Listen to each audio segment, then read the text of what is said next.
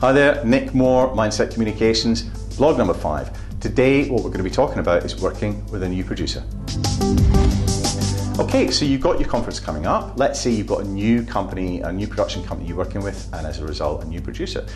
One of the things that a producer is going to do first of all is they're going to set up a meeting with you, the client.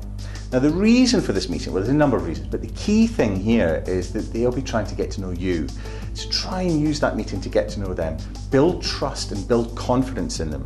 Because we all know that if you don't trust people and if you don't have confidence in people, usually communication doesn't flow as easily and that leads to mistakes, we all know.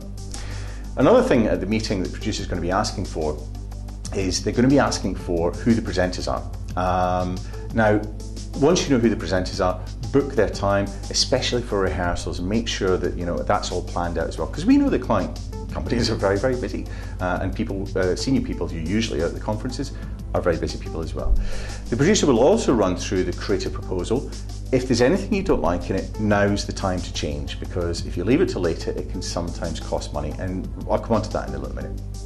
And the final thing the producer is going to do is they're going to ask who the day-to-day contact is. Try and make sure that that person's got a certain amount of authority, because the producer's constantly on the phone asking for things from the client. And if they are dealing with somebody who's continually having to go up the chain to ask for authorization, it just slows it all down. Now, time, producer's biggest enemy. Always allow as much time as you can to give to the producer to produce your event. A producer will issue a critical path that shows all the key deadlines. Read it, circulate it, stick to it. If you miss deadlines, it can cost you a lot of money. The bottom line is, producers, we work very, very hard, sometimes 18-hour days for 2-3 weeks leading up to conference, weekends as well. We've got to sleep. And if last minute major changes come in, then obviously we need to bring extra resources in, and that costs you money.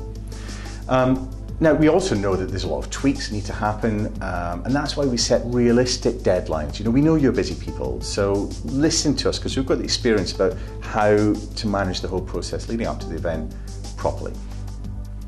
A big no-no, and I do mean this, a big no-no is never ever leave anything to be changed on site. I can guarantee you, in all of my events, they're prepped and planned before I go on site, but I can guarantee you that the on-site time is all fully used up before you actually arrive at the venue. So if you ask for any changes, it may only take half an hour to make those changes, but believe me, the producer doesn't have a spare half an hour on site. Okay? If you stick to the 5 Ps, you'll be fine. Preparation and planning prevent poor performance. I'm sure you've heard it before, but it is true and it does work. See you next time.